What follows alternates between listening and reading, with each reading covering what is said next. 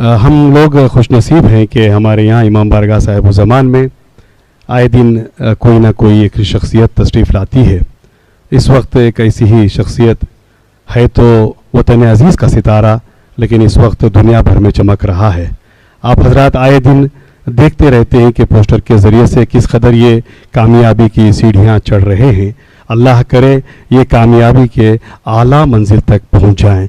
यानी हमारी मुराद है मोहतरम डॉक्टर अम्मार रज़ा बाखरी साहब से वो यहाँ पर तशरीफ़ लाएँ और इनकी खिदमत में हम आयाटा मैनेजमेंट और तमाम उनकी जानिब से मुबारकबाद पेश करते हुए इनकी खिदमत में गुलपोशी करते हैं। गुजारिश करते हैं मौलाना से कि वो डॉक्टर साहब की गुलपोशी करें। आप हजरत इनके इस्तकबाल में एक बावाज़ बुलंद सलवात पढ़िए मोहम्मद व आले मोहम्मद पर।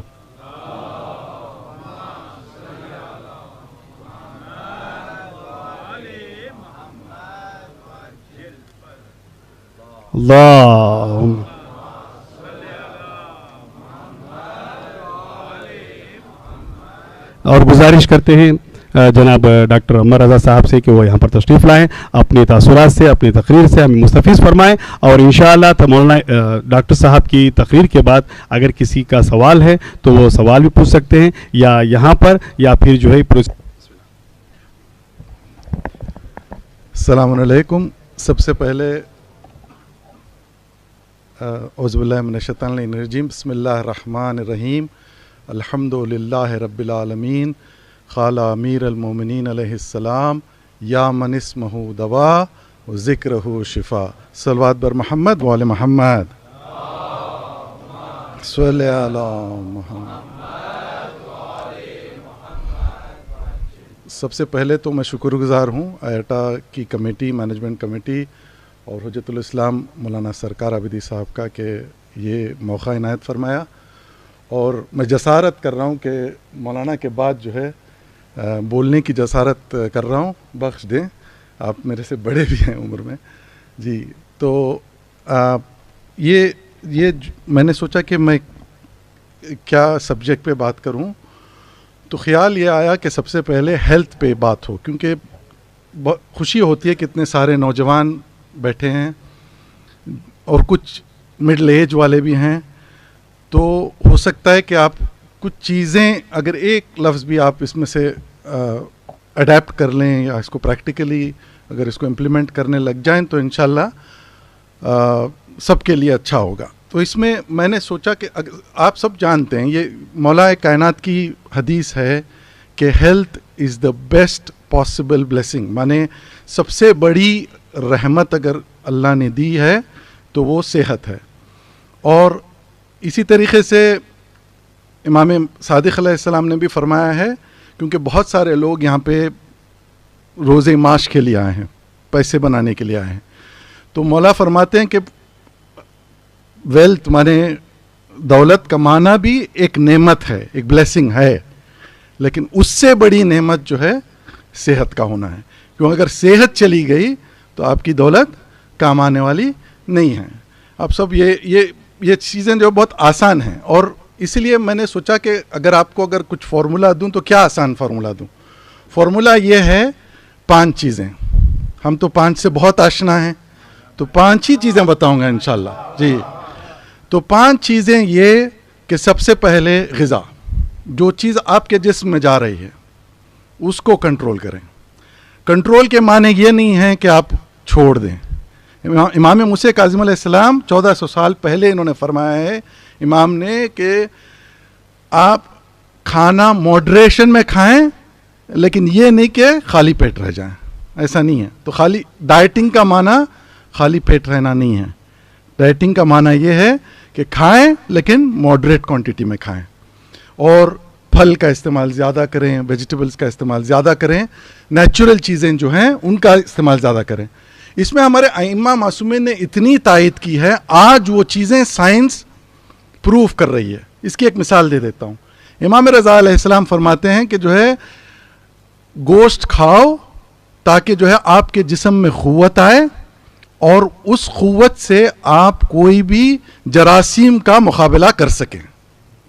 आज मेडिसिन कहती है कि अगर आप प्रोटीन बिल्ड करेंगे तो आपका इम्यून सिस्टम डेवलप हो जाएगा और इम्यून सिस्टम अगर मजबूत है तो जो है आपको बीमारी अटैक नहीं कर सकती। तो सोचें इमाम की नज़र कहाँ तक थी। आज साइंस प्रूव कर रही है, 1400 साल पहले इमामों ने ये सब चीज़ें बयान कर दी हैं, तो उन्होंने हमें रास्ता बता दिया है। तो पहली चीज़ हुई डाइट, उसी में बहुत ज़रूरी चीज़, और बिलखुसूस बैंकॉक में रहने वालों के लिए, क्योंकि यहाँ पे ह्यूमिडिटी ज़्यादा होती है, पानी का इस्तेमाल, ज़्यादा से ज़्यादा पानी पिएं, ये बहुत ज़रूरी हो जाता है। दूसरी चीज़ है वो है फिज़िकल एक्टिविटी। माने आप एक्सरसाइज कह लीजिए, आप नहीं बोलना चाहते कि एक्सरसाइज, जिम जाए नहीं, जिम भी जाने की ज़रूरत नहीं है, बस वॉक करें। बस मैं बताता हूँ कितने स्टेप वॉक करना है, उसमें भी एक आसान सा फॉर्मूला इंशाल्लाह पेश करूँगा। तो फिज़िकल एक्टिविटी एक बहुत ज़रूरी चीज़ है, हरकत करो। ये फिर आइम्मा ने फरमाया है कि हरकत करो ताकि जो है आपकी दिल की कैफियत बेटर हो जाए, आपके जिस्म में खून का दौरा बढ़ जाए, और ये सब चीज़ें आज साइंस प्रूव कर चुकी है। तीसरी चीज़ है जो मेरे ख्याल से शायद बहुत कम है हमारे माशरे में, लेकिन फिर भी साइंस के नज़रिए से स्मोकिंग। अगर कोई स्मोक करता है तो जितना हो सके उसको छोड़ने की कोशिश करें, ये तीसरी चीज़ हो गई। चौथी चीज़ जो है सबसे इम्पॉर्टेंट, आज की जो साइंस है, जितनी न्यूरो साइंस आज बताई जा रही है, इसमें सबसे एसेंशियल जो पार्ट बताया जा रहा है, सबसे अहम चीज़, अगर डायबिटीज़ से बचना है, कैंसर से बचना है, बुढ़ापे की जो बीमारी आती है बुढ़ापे में, जिसको अल्जाइमर्स कहा जाता है, डिमेंशिया कहा जाता है, उससे बचना है तो 8 घंटे की नींद, साउंड स्लीप की बहुत ज़रूरत है। और इसमें भी फिर आइम्मा के अक़वाल भी मौजूद हैं, मौलाना जो है उसकी तोज़ी कर सकते हैं इंशाल्लाह। और पांचवी चीज़ जो मेरा नज़रिया ये है कि ये आप सबको करना है, ये जो है ये प्रिवेंशन है। ये क्योंकि 4 चीज़ें मैंने कही कि ये सब छोड़ दें, ये चीज़ें कुछ करें, लेकिन पांचवी चीज़ जो है वो है मेडिकल इंश्योरेंस। मेडिकल इंश्योरेंस की अहमियत मैं बयान ही नहीं कर सकता, क्योंकि अगर आप कवर्ड हैं तो खुदा ना खास्ता किसी को भी कहीं भी कुछ भी बीमारी हो गई तो कम से कम कुछ तो कवरेज रहेगा आपके पास। फॉर्चुनेट हैं ये लोग जो यहाँ पे वो क्या नॉन इमिग्रेंट वीज़ा है, जो भी वीज़ा है आपका, रेसिडेंट वीज़ा है, उस पर आपको मिल ही जाता है मेडिकल इंश्योरेंस। लेकिन बाकी हजरात कम से कम, या नहीं तो कम से कम घर पे इंडिया में ले लें, और कम से कम उम्र में लें, क्योंकि जितनी आपकी उम्र बढ़ जाएगी उतना प्रीमियम बढ़ेगा। बीमारी आ गई तो इंश्योरेंस कंपनी आपको इंश्योरेंस देने में भी झिझकेगी, क्योंकि उनको पता है कि आपका खर्चा बढ़ने वाला है। तो इंश्योरेंस आप खुद का कराएं, फैमिली का कराएं, चाहे छोटा अमाउंट का सही, लेकिन इंश्योरेंस ज़रूर रहे। तो ये 5 चीज़ें हो गई। अब ये 5 चीज़ों को अगर अमल में लाना है तो किस तरीके से लाना है, इसमें मैं एक सीक्वेंस से 9 से शुरू करूंगा और 1 तक जाऊंगा इंशाल्लाह। तो 9 क्या है, 9000 स्टेप चलना है दिन में, 9000 स्टेप मिनिमम, 9000 स्टेप्स की वॉक ज़रूरी है, ठीक है। और फिर 8 घंटे की नींद ज़रूरी है। 8 हो गया, 8 घंटे की नींद बहुत ज़रूरी है। साउंड स्लीप, इसके बहुत फ़ायदे बताए गए हैं और रोज़ाना इस पर रिसर्च निकल के आ रही है। अगर कोई पढ़ना चाहता है तो एक बहुत बेहतरीन किताब है जो मामूली लफ्ज़ों में किसी न्यूरोलॉजिस्ट ने लिखी है, वाई वी स्लीप। बहुत बेहतरीन किताब है, अगर चाहें तो मैं उसका नाम आपको शेयर कर सकता हूँ, ऑथर का नाम, आप उसको भी पढ़ सकते हैं। तीसरा जो है 7। अब 7 क्या है, 7 गिलास कम से कम पानी पिया जाए मिनिमम। ये कैप नहीं है, मिनिमम कह रहे हैं, कम से कम 7। आप 10 पी लें इसका कोई नुकसान नहीं होगा, लेकिन कम से कम 7 गिलास पानी का इस्तेमाल होना चाहिए। और छठी चीज़ जो है, इसमें मैंने ये अपनी तरफ से ये इसमें अपनी सोच लगाई है कि जो है कम से कम 5 वक्त की नमाज और 1-2 रकत की कम से कम नमाज नाफिला, या आप नमाज शब कहिए, जो भी हो, वो 6 हो गई नमाजें, इनको पढ़ें। क्यों? क्योंकि जो गैर मुस्लिम हैं उनके यहाँ जो कॉन्सेप्ट है, जो मेडिकली बताया जाता है, वो है मेडिटेशन, कि कम से कम 6 मिनट मेडिटेशन करो।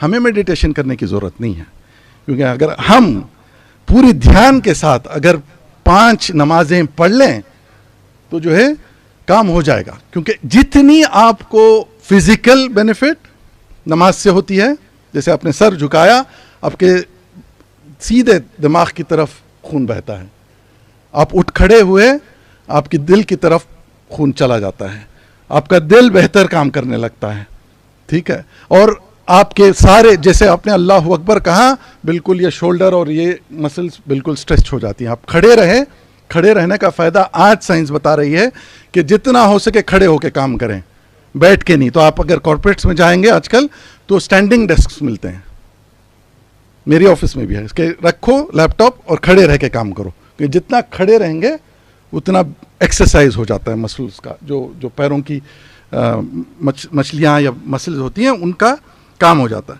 तो फिर वापस आते हैं आपके 6 से 5 वक्त की नमाज मैंने बता दी। 4 कम से कम ब्रेक लें। जो लोग बैठे रहते हैं ऑफिसेज में काम की वजह से, वो कम से कम 4 ब्रेक लें, कम से कम शॉर्ट ब्रेक्स, थोड़ा स्ट्रेस कम करने के लिए, थोड़ी सी सांस लेने के लिए कम से कम 4 ब्रेक लें। और तीसरा ये कि कम से कम जो है आप, ज़रूरी यह है कि 3 हेल्दी मील्स ज़रूर खाएं। फिर वापस मैं डाइट पे आ रहा हूँ, क्योंकि ऐसा ना हो कि आप एक मील स्किप कर दें और कह दें कि मैं डाइटिंग कर रहा हूँ। नहीं, आप खाएं ज़रूर, लेकिन क्वांटिटी मॉडरेट रहे, क्योंकि इस्लाम हर चीज़ में आपको मॉडरेशन सिखाता है। बिलखुसूस मजहब तशय्यो आपको हर चीज़ में मॉडरेशन सिखाता है। कोई भी मजहब तशय्यो में एक्सट्रीमिज़म नहीं है कि आप इधर पड़ जाएं या उधर पड़ जाएं, आपको बीच में रहना है, मॉडरेशन। तो खाने में भी वही मॉडरेशन का प्रिंसिपल अप्लाई करना है। और आखिरी जो 2-3 चीज़ें हैं वो बता देता हूँ कि कम से कम ये बहुत टच होने वाली चीज़ है, और मुझे यकीन है आप इसको सुन के बोलेंगे कि क्या ये मुमकिन है। कम से कम 2 घंटे सोने से पहले, कम से कम 2 घंटे सोने से पहले स्क्रीन का इस्तेमाल नहीं करें। ये जो स्क्रीन है ये बहुत नुकसानदेह है, ये आपके जहन में स्ट्रेस लाती है, आपकी नींद को ख़राब करती है। हो सकता है कि आप 4 घंटे बैठ जाएं, आपने सोचा कि 1 घंटा लेके बैठूंगा, लेकिन 4 घंटे आप सोशल मीडिया में गुम हो गए। अब डिजिटल का ज़माना है तो सब उसी लाइन में चले जाते हो। कम से कम 2 घंटे कम से कम जो है सोने से पहले स्क्रीन से दूर रहें, स्क्रीन से दूर रहें। दोस्तों से बात करें, फैमिली से बात करें, वॉक करें, जो चाहे कर लें, लेकिन ज़रूरी ये करें, ठीक है। तो ये हो गए आपके सिंपल फॉर्मूले जो मैंने बताए। 5 चीज़ें मैंने बताई, डाइट, एक्सरसाइज, स्मोकिंग, और फिर मैंने कहा कि मेडिकल इंश्योरेंस ले, और ये भी बताया कि जो है आप सोएं 8 घंटे। और इसमें मैंने ये बताया कि 9 किलोमीटर या 9,000 स्टेप्स, 9,000 स्टेप्स आपको वॉक करना है कम से कम, मिनिमम पर डे। अगर 10,000 हो गए तो समझिए और बेहतर है, बहुत बेहतर है। आज ही जस्ट अभी आते वक्त मैंने एक रिसर्च पढ़ी जिसमें यह बताया गया कि जैसे जैसे आपके स्टेप्स बढ़ेंगे वैसे वैसे जो है मॉर्टेलिटी माने वो जो है सडन जो हार्ट की वजह से डेथ होती है वो कम हो जाती है। तो 9,000 स्टेप कम से कम चलें, अगर ज़्यादा हो तो और अच्छा है। 8 घंटे की नींद ज़रूरी है, साउंड स्लीप बहुत ज़रूरी है। इसमें 2 किस्म की स्लीप्स होती हैं, एक REM स्लीप होती है, एक NREM स्लीप होती है, जिसमें बिल्कुल खो जाता है इंसान, और जिसमें ख्वाब आते हैं वो अच्छी नींद है। जिसमें ख्वाब आते हैं, जिसमें ड्रीम्स निकलती हैं, वो अच्छी स्लीप है। तो वो हो ज़रूरी। 7 ग्लास कम से कम पानी लें, और 6 नमाजें मैंने बताई आपको कैसे पढ़ें और क्या करें। और फिर कम से कम 4 ब्रेक लें दिन में, 3 बार कम से कम हेल्दी खाना खाने की कोशिश करें, और उसमें 2 स्नैक्स हों, 2 कम से कम स्नैक्स हों जिसमें आप वेजिटेबल्स, फ्रूट्स का ज़्यादा से ज़्यादा इस्तेमाल करें, नेचुरल चीज़ें इस्तेमाल करें। इंशाल्लाह जो है सेहत बनी रहेगी। ये रहा छोटा सा मेरा एडवाइस मेरी तरफ से। और दूसरी जो मैं जल्दी से एक टॉपिक पे कवर करना चाह रहा था कि लोगों के सवाल आते हैं कि सक्सेस, कैसे सक्सेसफुल होना है। सबको सक्सेसफुल होना है माशाल्लाह से, और इंशाल्लाह सब होंगे, लेकिन सक्सेस का मेयार क्या है? ये बहुत ज़रूरी चीज़ है कि जहन में ये रखें कि सक्सेस का मेयार क्या है, कि ये सक्सेस है कि यहाँ तक पैसा कमा लेना सक्सेस है या 10 घर बनाना सक्सेस है। तो आप डिफाइन करें सक्सेस क्या है, क्योंकि मेरे लिए जो सक्सेस है वो आपके लिए नहीं होगी, जो आपके लिए है वो मेरे लिए नहीं होगी। जो मौलाना की सक्सेस है वो मौलाना की सक्सेस कुछ और होगी, उनकी डेफिनेशन कुछ और है, मेरी कुछ और है। एक वो हो गई। दूसरी चीज़ ये कि सक्सेस के पीछे जो होता है, जो पस मंज़र होता है, जिसे कहते हैं success is only tip of the iceberg, मगर अगर आप समंदर में जाएं तो सक्सेस आपको जो है बिल्कुल वो एक छोटा सा दिख रहा है ऊपर से, एक आपको आइस का टुकड़ा, उसके नीचे जो होता है वो है, माने उसके पीछे मेहनत, उसके पीछे डेडिकेशन, उसके पीछे जो काम होता है वो सक्सेस को ड्राइव करता है। ऐसा नहीं कि आप बस सक्सेस को देख के उसके पीछे दौड़ने लगे। इसमें ये भी चीज़ मेरे जहन में आई कि जल्दी नहीं करें इसमें। मौलाए कायनात का कौल है, आप सब बेहतर जानते हैं, मौलाना इससे मेरी तस्दीक कर सकते हैं कि मौलाए कायनात का कौल है कि अगर आप कमाने में जल्दी करेंगे तो जो हलाल में मिलने वाला था वो हराम में मिलेगा। और इसकी बहुत अच्छी मिसाल है, आप वो वाक़या भी जानते होंगे जो घोड़े वाला वाक़या है, जो मौलाए कायनात ने घोड़ा छोड़ा था बाहर, ये इरादे के साथ छोड़ा था कि इस इंसान को दूंगा, वो आया चोरी करके ले के चला गया। अगर वो इंतज़ार करता तो उसको मिल जाता, लेकिन इंतज़ार नहीं किया, जल्दी की। तो जल्दी नहीं करें, जल्दी करना, जल्दी से कुछ नहीं होने वाला है। तो बहुत इत्मीनान सुकून से करें, जो आपके हक़ में है इंशाअल्लाह वो आपको ज़रूर मिल जाएगा। मेहनत करना हमारा काम है, मेहनत से पीछे नहीं हटे और फिर जो है अल्लाह पे छोड़ दें इंशाअल्लाह। तवक्कल तो अल्लाह, या तवक्कल सीखना भी बहुत ज़रूरी चीज़ है कि तवक्कल तो अल्लाह, बिल्कुल अल्लाह पे भरोसा। और मौलाना ये बात इशारा किया मौलाना के, मौलाना ने भी ये भी बात बताई कि जैसे वो कहते हैं उफ़व्विज़ु अम्री इलल्लाह इन्नल्लाह बसीरुम बिल इबाद, के परवरदिगार सब कुछ मेरे मामलात तेरे पे छोड़ा हूँ, मैं अपनी दौड़ में लगा हूँ। अब अल्लाह चाहे जिसे जैसे जब चाहे सक्सेस इंशाल्लाह दे देगा। इसी के साथ मैं फिर से आप लोगों का शुक्रिया अदा करता हूँ। मैं जानता हूँ कि मैं आप और आपके रिस्क के बीच में खड़ा हूँ बिल्कुल इस वक्त, तो जो है आपका शुक्रगुजार हूँ कि आपने अटेंशन से मेरी बात सुनी। और हो सकता है कि एक आध चीज़ें आप अगर इसको अमल में लाएं तो इंशाअल्लाह जो है खैर होगी। आखिरन दावाना अल्हम्दुलिल्लाह रब्बिल आलमीन। अगर आपके पास कोई सवाल है तो ज़रूर जो है पूछ लें। जी, डायबिटीज़ पेशेंट्स के लिए एडवाइस 4 चीज़ें, फिर आसान कर देता हूँ। 4 चीज़ें। पहली ये कि खाने में कंट्रोल करें, दूसरा एक्सरसाइज करें, तो वही 2 चीज़ें हो गई जो मैंने पहले बताई, और तीसरा दवा लें रेगुलरली। ऐसा ना हो कि दवा छोड़ दें। आप बातों में मत आइए। अगर कोई आपको कहता है कि चलो अल्टरनेट मेडिसिन है, दें भाई, दें। ऐसा नहीं है कि अगर ले के देखें आप, कोई, मैं रोक नहीं रहा हूँ आपको कि कोई आयुर्वेदा है, कोई होम्योपैथी है, कोशिश करें। लेकिन ये होता है, उमूमन यही होता है। मैं कितनी मिसालें दे सकता हूँ, मैं नहीं बता सकता आपसे, कि जो है लोग अल्टरनेट मेडिसिन लेते हैं और आते हैं दौड़े दौड़े, डॉक्टर साहब 400 हो गई, 500 हो गई, रिपोर्ट भेजते हैं व्हाट्सएप पे, 400 हो गई, 500 हो गई। क्या हो गया? क्योंकि दवा मत स्टॉप करें, क्योंकि दवा स्टॉप करने का फ़ायदा नहीं है। अब लोग ये कहते हैं किडनी असर हो जाएगी, नहीं, किडनी नहीं। अगर आपने शुगर को कंट्रोल नहीं रखा तो ज़रूर आपकी किडनी जाएगी, ये गारंटी ले लें, ज़रूर जाएगी। क्योंकि डेटा बता रहा है, मैं नहीं बोल रहा हूँ, डेटा बताता है कि हार्ट, किडनी और सारी जितनी खून की नसें हैं, चाहे वो दिल वाली हो, दिमाग वाली हो, आंख वाली हो, किडनी वाली हो, सब पे असर होता है शुगर का। शुगर बड़ी पॉइजनस बीमारी है, और तो दवा लें। चौथी बहुत इंपॉर्टेंट चीज़ ये है कि मॉनिटर करते रहें। ऐसा ना हो, कभी होता है मेरे साथ कि मेरे पास रिपोर्ट आता है, कब लिया था डॉक्टर साहब आपने? 2 साल पहले दवा लिखी थी। अरे भाई, 2 साल पहले कितना अरसा हो गया? 2 महीने में कम से कम नहीं आ सकते, 3 महीने में टेस्ट करके भेजो ना रिपोर्ट।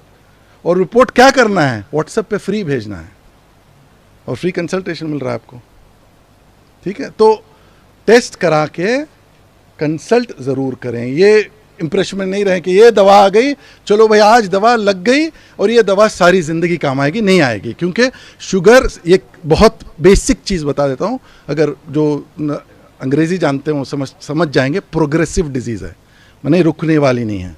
आज यहाँ है, कल वहाँ है, परसों वहाँ। कब ये इमाम बारगाह के बाहर चली जाएगी, हमें नहीं पता जी। खुला जी, डिमेंशिया, हाँ, अल्जाइमर्स डिजीज, हाँ हाँ।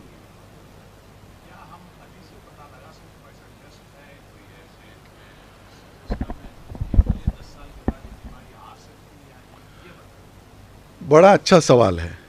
इस पे कुछ काम हो रहा है रिसर्च में, बायोमार्कर्स जिसको कहा जाता है, कि कुछ टेस्ट करें और वो बता दें आपको कि कुछ तो साइन सिग्नल मिल जाए।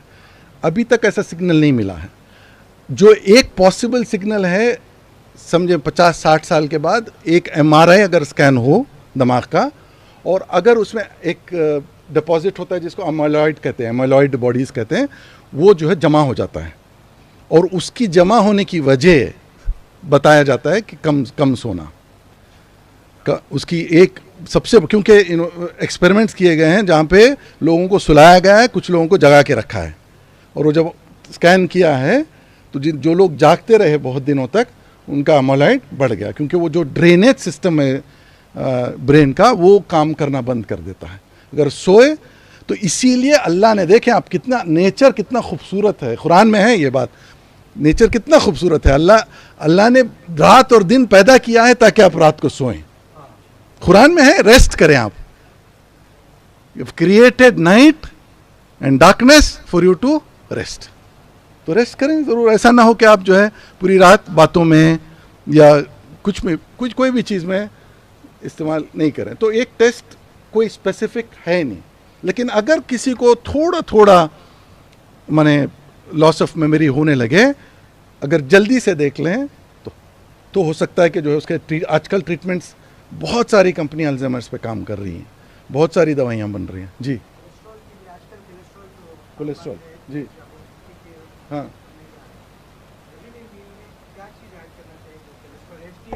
हाँ, तो कोलेस्ट्रॉल का ये है कि कोलेस्ट्रॉल जो आता है वो प्राइमरीली आपको चिकनाई से आता है।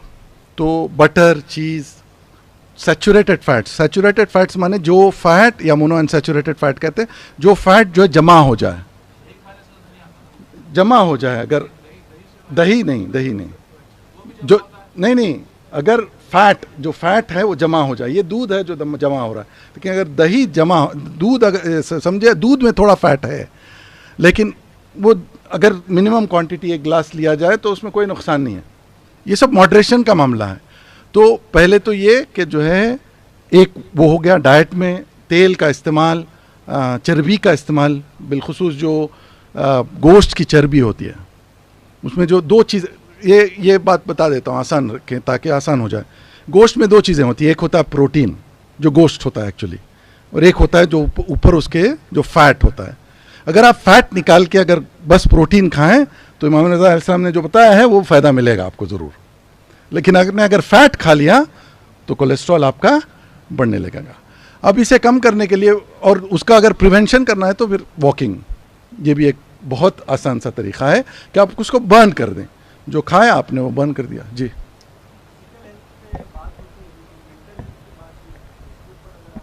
माशाल्लाह, बहुत बड़ा अच्छा सवाल है। मेंटल हेल्थ पे बात नहीं होती, क्योंकि मेंटल हेल्थ हमारे यहाँ बिलखुसूस हमारी सोसाइटीज़ में बिल्कुल मेंटल हेल्थ माने या तो एक्सट्रीम, वही फिर एक्सट्रीम पे चले जाते हैं कि जो है दीवाने हो गए, या फिर जो है उसका कोई ख्याल ही नहीं करता है, क्योंकि सब में वो एक क्या कहते हैं, वो सोसाइटी में जो कल्चर है हमारे यहाँ, उससे जो है लोग साइकेट्रिस्ट के पास जाने से भी डरते हैं। लेकिन मेंटल हेल्थ पे इसीलिए बात नहीं होती है, लेकिन मेंटल हेल्थ पे अवेयरनेस बहुत है, मैंने बहुत फोकस किया जा रहा है। अब जो मैंने बताया आपको कि कम से कम 4 मरतबा ब्रेक लें, वो मेंटल हेल्थ के लिए है। 4 मरतबा जो ब्रेक बताया मैंने, तो वो मेंटल हेल्थ के लिए है, क्योंकि उससे स्ट्रेस कम होती है। जैसे इंसान बैठा रहे, खड़ा हो जाए, थोड़ा वॉक करे, थोड़ा सा सांस ले, या फिर नमाज पढ़ ले या दुआ पढ़ ले। जो मैंने बताया कि अल्लाह, रसूल और अइम्मा से क़रीब हों। कैसे क़रीब हुआ जाए? आसान, कुरान, दुआ। अगर ये किया जाए तो स्ट्रेस कम हो जाती है। जैसे तो आपने अगर खड़े होके इसके साथ दुआ भी पढ़ ली तो सोचे आपके डबल 2 हो गया फ़ायदा, या दुगना, या पता नहीं 4 गुना हो गया या 5 गुना हो गया। मैं तो नहीं बता सकता, या अइम्मा बता सकते हैं। तो ये जो है टॉप अप हो जाएगा बिल्कुल। जी 8 घंटे सोना जरूरी है, रात ही को सोना जरूरी है। क्यों रात को? नहीं, ब्रेक, जो डिस्टर्ब स्लीप है वो अच्छी चीज नहीं है, क्योंकि डिस्टर्ब जो स्लीप होती है, जैसे उमूमन मैं अगर सफर कर रहा हूं, जैसे आया था पीने से, तो अगर दोनों का मुकाबला करें तो चाय बेहतर है। और फिर चाय में किस टाइप की चाय बेहतर है? ब्लैक टी बेहतर है, दूध वाली नहीं। अगर उसमें भी चाहिए तो फिर ग्रीन टी उससे बेहतर है, क्योंकि वो कोलेस्ट्रॉल को कम करती है। जी मेडिकल लाइफ एक्सपेक्टेंसी डेटा जी जो कहता है कि डॉक्टर सिर्फ 58 इयर्स जीते हैं और दूसरे लोग 62-64 इयर्स जीते हैं। जिनको हेल्थ के बारे में सब कुछ मालूम होता है वो कम जीते हैं, जी तो कुछ नहीं मालूम होता 64-65। जी, अच्छा सवाल है। मैं अब इसकी थोड़ी वजाहत कर देता हूँ ताकि सब मजे लें आप। एक बुक लिखी गई है इस पे कि डॉक्टर्स मरते क्यों हैं। तो बहुत सारी बार ये होता है कि कार्डियोलॉजिस्ट हार्ट अटैक से मरता है, ठीक है। ऑन्कोलॉजिस्ट जो होता है कैंसर का डॉक्टर, वो कैंसर से मरता है। रेस्पिरेटरी वाला डॉक्टर फेफड़ों की बीमारी से मरता है। पेट वाला डॉक्टर पेट की बीमारी से मरता है। ये एक रिसर्च हुई है, वो लाइटर नोट पे है, बट अगर इसको सीरियसली बताया जाए तो रीज़न क्या है? रीज़न एक ही है, स्ट्रेस।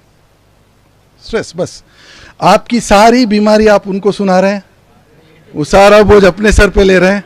अगर वो सीरियस हैं, अगर कोई मेरी तरह अगर बहुत सीरियस बंदा है, जैसे मैं बता देता हूँ, तो मुझे व्हाट्सएप मैसेजेस आते हैं, मैंने अगर 1-2 घंटे रिस्पॉन्ड नहीं किया रिपोर्ट पे, बेचैनी शुरू हो जाती है मुझे। अच्छा नहीं है, मैं अपने आप को क्यों बेचैन कर रहा हूँ?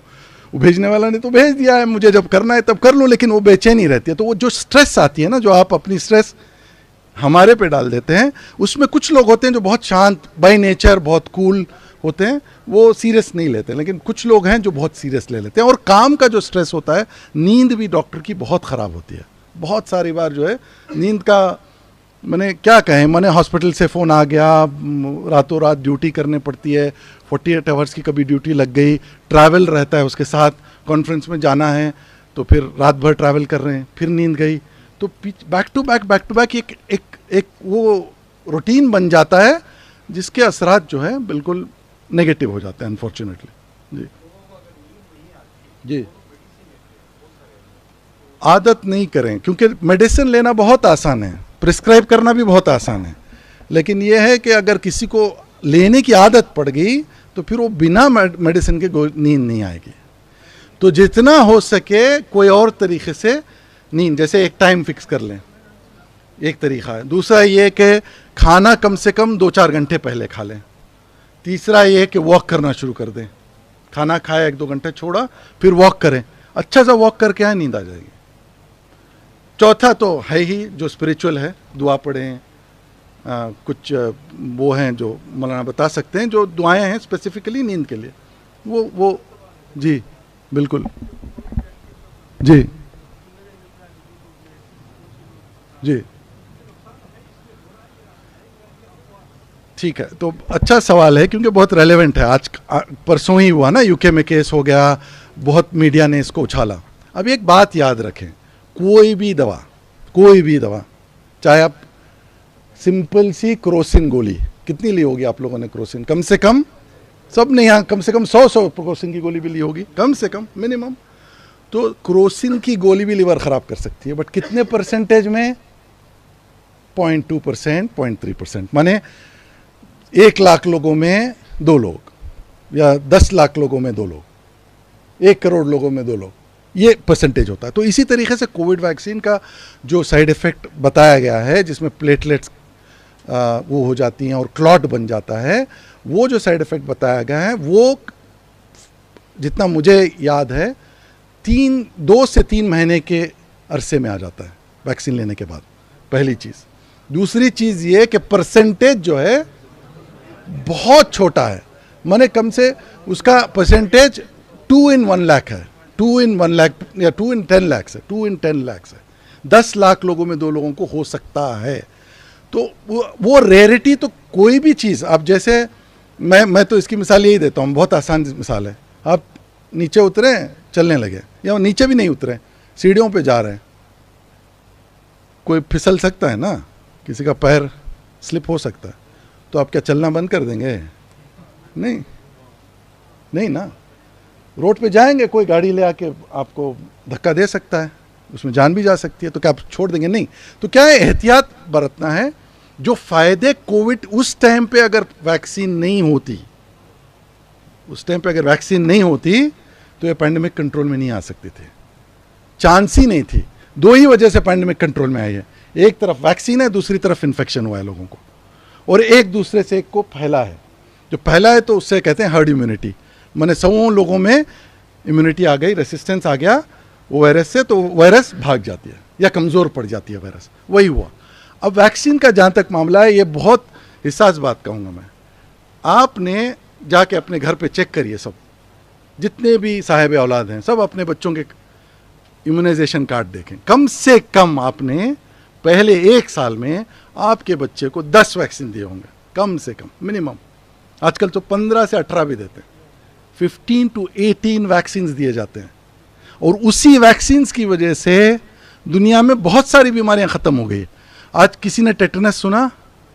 नहीं, हमारे बचपने में सुना था मैंने। डिफ्थीरिया सुना है? नहीं। पोलियो हो रहा है? नहीं हो रहा है, ख़त्म हो गई ये सब बीमारियां बिल्कुल, माने सफ़े अर्ज से बिल्कुल पूरे वर्ल्ड से चली गई, कहीं भी है नहीं, इरेडिकेशन हो गया इनका। किस वजह से? वैक्सीन की वजह से, बिल्कुल कंप्लीट। जैसे पोलियो बिल्कुल ख़त्म हो गया। कोविड जहाँ तक है, कोविड क्या है? वायरस है, अभी वायरस है लेकिन कमज़ोर है।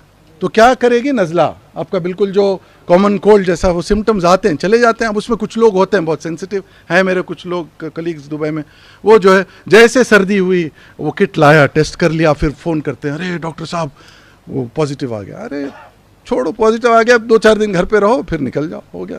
क्योंकि ये अब उतना नुकसानदेह नहीं है, और जो नुकसान दे रहा था वो भी बहुत एल्डरली लोगों में, जिनमें शुगर थी, जिनमें माने सेहत नहीं थी, उन लोगों को ज़्यादा असर हुआ है।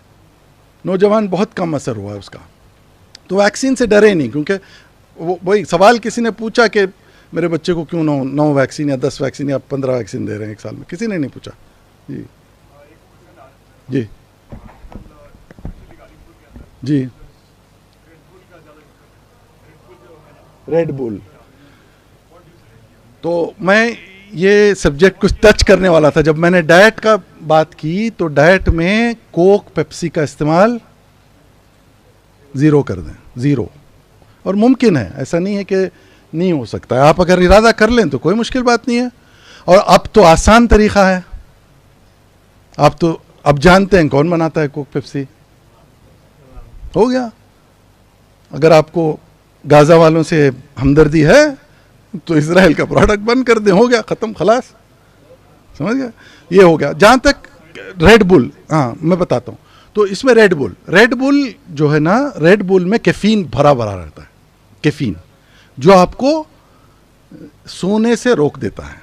क्योंकि क्वांटिटी ऑफ जो कैफीन होती है, जो कॉफ़ी में लेते हैं आप, 5 कप कॉफ़ी का समझ लीजिए तकरीबन, उसमें रेड बुल में होता है, उतना एक साथ आप ले रहे, साथ में शुगर होती है। आज जो रिसर्च बताई जा रही है, ये पॉइंट मैंने टच नहीं किया, कि सबसे डेंजरस चीज़ जो हमारे खाने में है वो है शुगर। सबसे डेंजरस है शुगर। जितनी आपने शुगर कम की, चाहे आप चावल के ज़रिए कम करें, चाहे आपकी चाय में कम कर दें, चाहे आप मीठा कम खा लें, कुछ भी करें, रिफाइंड शुगर का इस्तेमाल नहीं करें। अगर करना ही है, अगर मीठा उतना पसंद ही है तो फल खा लें। फल में जो शुगर होती है वो फ्रक्टोस होती है, ग्लूकोस नहीं है, बेहतर है। जी आजकल जो यंगस्टर्स में लिगामेंट प्रॉब्लम्स, जी जॉइंट पेन जैसे हो रहा है, लोअर बैक पेन, कुछ डॉक्टर सजेस्ट करते हैं वर्कआउट छोड़ दें, सिर्फ नॉर्मल एक्सरसाइज करें। देखें, हाँ, इसमें एक ये जो सवाल था कि जो है एक्सरसाइज कर रहे हैं लोग और उसकी वजह से बैक में पेन हो रहा है, शोल्डर में पेन हो रहा है, ये किस वजह से हो रहा है? एक तो ये कि जो है एक्सरसाइज कभी भी ओवर एक्सर्शन नहीं होना चाहिए। क्या आप आज मैंने कह दिया, कल सुबह उठे आप और दौड़ने लगे, लुम्बिनी पार्क चले गए, 5 किलोमीटर 10 किलोमीटर दौड़ गए, और फिर सुस्त होके फिर कोई और दोस्त जाके आपको लेके आ रहे हैं, ऐसा नहीं होना चाहिए। ये नहीं है, ये एक्सट्रीमिज्म है। एक्सरसाइज आहिस्ता से बढ़ाना चाहिए। एक्सरसाइज जो है कभी भी आपने 1 किलोमीटर चला, फिर 2 किलोमीटर बनाया, फिर 3 किलोमीटर बनाया, ऐसा आहिस्ता से बढ़ाना है। और आपकी कैपेसिटी आपको खुद को पता होना चाहिए कि कहाँ पे मेरी सांस फूलती है और मुझे रेस्ट करना है, ये बहुत ज़रूरी है। तो ओवर एक्सर्शन नहीं है। तो फिर अगेन उसी बात पे आ रहा हूँ मैं, एक्सट्रीमिज्म नहीं है कि आप बिल्कुल एक्सरसाइज नहीं करेंगे, नहीं मैं घर पे बैठा रहूँगा, ये भी गलत है। करूँगा लेकिन दौड़ जाऊँगा, जैसे मैंने कहा 10 किलोमीटर भाग गए, ये भी नहीं है। बीच मॉडरेशन में करना है, थोड़ा करना है, जैसे मैंने कहा कम से कम 9000। तो अभी इसमें ये होता है कि अगर सडनली आपने कर दिया या ओवर एक्सर्ट कर दिया तो आपकी मसल्स उसकी आदी नहीं है। सडनली आप स्ट्रेच कर रहे हैं तो मसल फटेगी, लिगामेंट फटेगा, कमर में दर्द आएगा। तो आहिस्ता आहिस्ता इसको slow and steady wins the race जो बोले जाता है, वो पुराना वो है, वो स्लो एंड स्टडी है। इसमें आहिस्ता आहिस्ता से जो है इसको एक्सरसाइज को बढ़ाना है। जी जी। गुड़ नहीं, देखिए सारे ये शुगर प्रोडक्ट्स हैं। आप अगर शुगर फैक्ट्री में जाएंगे तो पता चल जाएगा कि जो है शक्कर बनती है, फिर ब्राउन शुगर बनती है, फिर जो है गुड़ बनता है। जो बचा कुचा रहता है उसको गुड़ बना देते हैं। खजूर जो है, देखिए खजूर, अगर शुगर पेशेंट हैं तो खजूर बहुत कम इस्तेमाल करें। अब ये कोलेस्ट्रॉल पे किसी ने बात की, उसमें मैं एक सादी सी चीज़ बता दें। अगर किसी का HDL कम है, जो अच्छा कोलेस्ट्रॉल है, कम है, 40 से कम है, तो वो लोग बादाम खाएं, लिमिटेड क्वांटिटी में खाएं, 4-5 खाएं। और सबसे अच्छा अगर ड्राई फ्रूट है, सबसे अच्छा न्यूट्रल, बिल्कुल न्यूट्रल, जिसमें ना कोलेस्ट्रॉल आपका बुरा कोलेस्ट्रॉल बढ़ेगा ना अच्छा कोलेस्ट्रॉल घटेगा, अगर है तो वो पिस्ता है। बट सॉल्टेड नहीं होना चाहिए क्योंकि नमक भी खराब। गर्म पानी, देखिए इस पे बड़ी कंट्रोवर्सी है, सही में बोलूँ तो कंट्रोवर्सी है, क्योंकि क़िबला बता सकते हैं। इसमें ये बड़ा डिबेट है कि पानी कब पीना है और कैसा पानी पीना है। एक जो हदीस मैंने पढ़ी है, आज ही पढ़ी थी, मेरे ख्याल से इमाम मूसा काज़िम अलैहिस्सलाम की है, कि जो है ठंडा पानी नहीं पिया, बिलखुसूस मीठा खाने के बाद, फ्रूट खाने के बाद ठंडा पानी नहीं पिया। इसके बहुत नुकसान हैं। वो चालू होते हैं नुकसान दांतों से, मैंने दांत खराब होते हैं, केरीस आते हैं, और वो फिर ठंडा नहीं पीना है उस टाइम पे पानी। तो आसान बना लें लाइफ को। अगर एसिडिटी है तो नीम गर्म पानी पिएं सुबह नहर में, अगर नहीं है तो सादा जो रूम टेम्परेचर वाला पानी है वो पी लें। ठंडा पानी वो भी अच्छा नहीं है। ये अभी रिसर्च, अभी कल परसों आर्टिकल आया था बेंगलोर में, बेंगलोर के कोई तो हिंदुस्तानी न्यूज़पेपर में आया था, कल परसों ये आर्टिकल आया था इस बारे में कि जो है लोग एसिडिटी के दवाइयाँ हैं वो लेने की आदत कर लेते हैं, आदी हो जाते हैं कि रोज़ाना खा रहे हैं, चाहे तकलीफ़ हो नहीं हो। नहीं, जब तकलीफ़ हो तब लें, अपने पास रखें, लेकिन जब तकलीफ़ हो तब ही लें। ऐसा नहीं हो कि रोज़ आप जो है खाना चालू कर दें। वो रोज़ खाने वाले अलग लोग हैं। अगर वो 60 के बाद 70 के बाद अगर कोई भी बहुत बीमार है, 5 गोलियां खा रहा है शुगर की, बीपी की और हार्ट की, उसके साथ अगर वो ले रहे हैं तो वो उन बुजुर्ग हजरात के लिए ठीक है, लेकिन जो कम सिन है वो जो है नहीं। जी जी, कम सिन जो है वो कम से कम लें। जो भी पैन है, रेंटैक है, उमेज है, जो भी है। आने की वजह आसान है नहीं, लाइफस्टाइल है। देखिए हमारी सबकी इंडियंस जितने हिंदुस्तानी हैं, ये इस पे रिसर्च हो चुकी है, बिल्कुल मैंने सोच समझ के बात कर रहा हूँ। इंडियंस जहाँ भी हैं, वो चाहे अमेरिका में बसे रहें, वेस्ट इंडीज़ में रहें, लैटिन अमेरिका में रहें, कनाडा में रहें, यूके में रहें, कहीं भी इंडियंस बसे हैं, उन इंडियन पॉपुलेशन में लोकल पॉपुलेशन को कंपेयर करें तो ज़्यादा डायबिटीज़ होती है, क्योंकि जेनेटिकली हम लोग प्रोन हैं। उसकी ये एक रीज़न बताई जाती है जिसको थ्रिफ्टी जीन हाइपोथेसिस कहते हैं। बहुत बड़ी हाइपोथेसिस है, जिसमें सिंपल है कि हिंदुस्तान में जो लोग थे बरसों से, वहाँ पे क़हत बहुत होता था। क़हत माने खाना पीना, बिल्कुल आपको खाना नहीं मिल रहा, 8-8 दिन तक खाना नहीं मिल रहा। तो उस सिचुएशन से हमारी जीन्स कुछ एक तरीके की बन गई हैं। अब क्या हो रहा है, सडनली हम उसको ओवर एक्सपोज कर रहे हैं। तो जहाँ पे खाना आपको 8 दिन में एक बार नहीं मिल रहा था, आप एक दिन में 8 बार खा रहे हैं। और क्या खा रहे हैं? पिज्ज़ा खा रहे हैं, बर्गर खा रहे हैं, कोक पी रहे हैं, पेप्सी पी रहे हैं। तो ये जो लाइफस्टाइल चेंज हुआ है ना हमारा, तो कहते ये हैं कि इसका एक बहुत अच्छा वो सेइंग है जो फादर ऑफ डायबिटीज़ कहलाता है, डॉक्टर जॉसलिन, उसने कहा है ये कि genes load the gun and lifestyle pulls the trigger. तो गन लोडेड है आपकी, माने जीन्स में आपकी शुगर है, अगर आपने अपना लाइफस्टाइल नहीं संभाला तो हमला हो जाएगा। मैं बहुत आसानी से बता रहा हूं और थोड़ा मज़ाहिया तौर पे बता रहा हूं ताकि चीज़ें आपके जहन में महफूज हो जाए इंशाल्लाह। जी जी जी जी जी। ये जो आजकल टेस्ट की रिपोर्ट आती है और जो डॉक्टर गूगल को कंसल्ट करते हैं, जी तो ये कैसे इफेक्ट करता है हम लोगों को? देखिए, हाँ हाँ हमारी बॉडी में जैसे हम लोग कोविड में करा सब फारिग थे तो सब डॉक्टर बन गए थे, तो अब जैसे वो अक्सर आता है कि सांस रोक के चेक कर लें कोविड है कि नहीं है, और इधर देख लो उधर देख लें, नींद के हिसाब से देख लो। अब जैसे ये शुगर की रिपोर्ट है या एक्सआईजी किसी भी ब्लड की रिपोर्ट है, वो हम लोग गूगल से कंसल्ट करते हैं, तो उसका क्या इफेक्ट आता है? देखें, दो चीज़ें हैं इसमें। अगर डॉक्टर गूगल अगर सब कुछ होता, ठीक है, तो फिर डॉक्टर्स की ज़रूरत नहीं थी। क्यों डॉक्टर की ज़रूरत है? ये इसलिए नहीं क्यों कह रहा हूँ क्योंकि मैं डॉक्टर हूँ, समझ रहे हैं, इसलिए कह रहा हूँ क्योंकि इसकी भी ज़रूरत है ना, जिसको अरबी में मुख कहते हैं, मुख जहन की भी ज़रूरत है ना, इंटेलिजेंस की ज़रूरत है। तो वो उसको कॉन्टेक्स्ट में देखना है। और इसकी मिसाल दे देता हूँ आसान।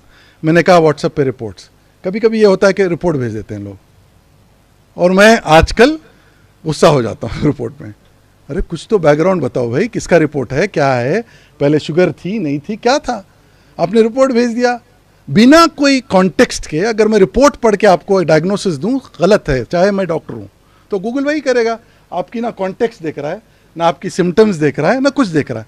अब लोग ये कर देते हैं कि सिम्टम डाला, अब वो आप अगर कैंसर के सिम्टम्स भी वही हैं, बुखार के सिम्टम्स भी वही हैं, समझ गए। शुगर के सिम्टम, मैं एक आसान मिसाल दे देता हूँ।